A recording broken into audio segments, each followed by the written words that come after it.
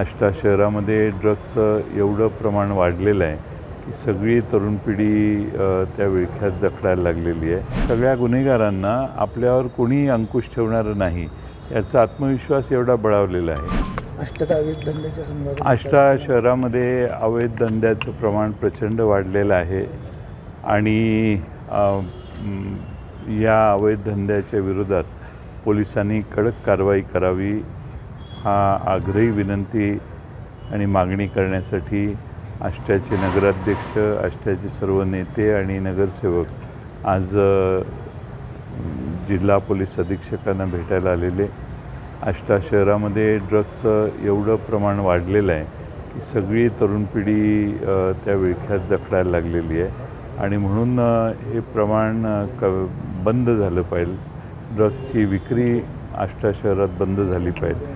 यासाठी पोलिसांनी कडक कारवाई करावी आणि ड्रग्सच्या बरोबरच मटका, अवैध दारू आणि अवैध इतर व्यवसाय, गांजा वगैरे अशा सगळ्या विक्री ज्या चालू आहेत त्याला पोलिसांनीच कडकपणाने कारवाई करून बंद करावी ही आष्टा शहरातल्या सगळ्या नागरिकांची मागणी आज आम्ही पोलीस अधीक्षकांना दिली आणि पोलीस अधीक्षकांनी देखील त्यात लक्ष घालण्याचं मान्य केलं.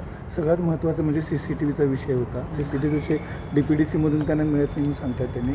त्याच्यावर तुम्ही पालकमंत्री असताना एकदा पालकमंत्री मी असताना विटा, आष्टा, इस्लामपूर, तासगाव अशा सर्व शहरांना CCTV फूट देण्याचं काम आम्ही केलेलं.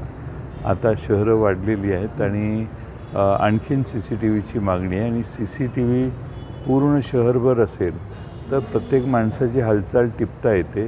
कारण ह्या ड्रग्सचा व्यवसाय करणारे हे शहरात त्यांचा जो सुळसुळाट आहे तोही त्या CCTV फुटेजच्या फुटेजमध्ये पकडू शकतो आपण असं आम्हाला वाटतं आणि म्हणून आमची ही मागणी आहे की जिल्ह्याचे पालकमंत्री यांनी देखील DPDCतून CCTV सर्व शहरांना लवकरात लवकर पुरवावेत. संपूर्ण राज्यातच कायदा व सुव्यवस्था बिघडल्याची स्थिती आहे. पुण्यात सुद्धा 3 वर्षाच्या चिमुरडीवर अत्याचार झालेला आहे. त्याच्यापूर्वी अनेक महिलांच्यावर सुद्धा असे अत्याचाराचे प्रसंग घडतात. खरातसारखं प्रकरण असेल. कायदा व सुव्यवस्था राज्यात व्यवस्थित आहे असं वाटतं का आणि महिला सुरक्षित आहेत का? दिवसेंदिवस कायदा व सुव्यवस्थेची परिस्थिती खालावलेली आहे आणि महाराष्ट्रात अनेक शहरामध्ये ड्रग्सचं प्रमाण फार वाढलेलं आहे.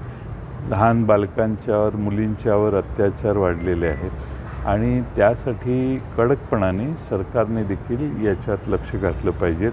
आणि मला असं वाटतं की विधानसभेत अनेक वेळा आम्ही ह्या मुद्दे मांडले, सरकारचं लक्ष वेधण्याचा प्रयत्न केला, पण प्रतिसाद नाही किंवा त्याच्यावर अंमल होत नाही आणि सगळ्या गुन्हेगारांना आपल्यावर कोणीही अंकुश ठेवणारं नाही याचा आत्मविश्वास एवढा बळावलेला आहे की सर्रास सर्व काही चाललं.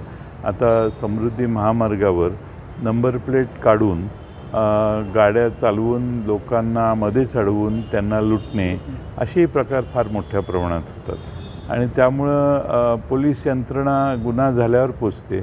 आमची मागणी आहे की गुन्हा होणार नाही याची काळजी देखील पोलिसांनी घेतली पाहिजे.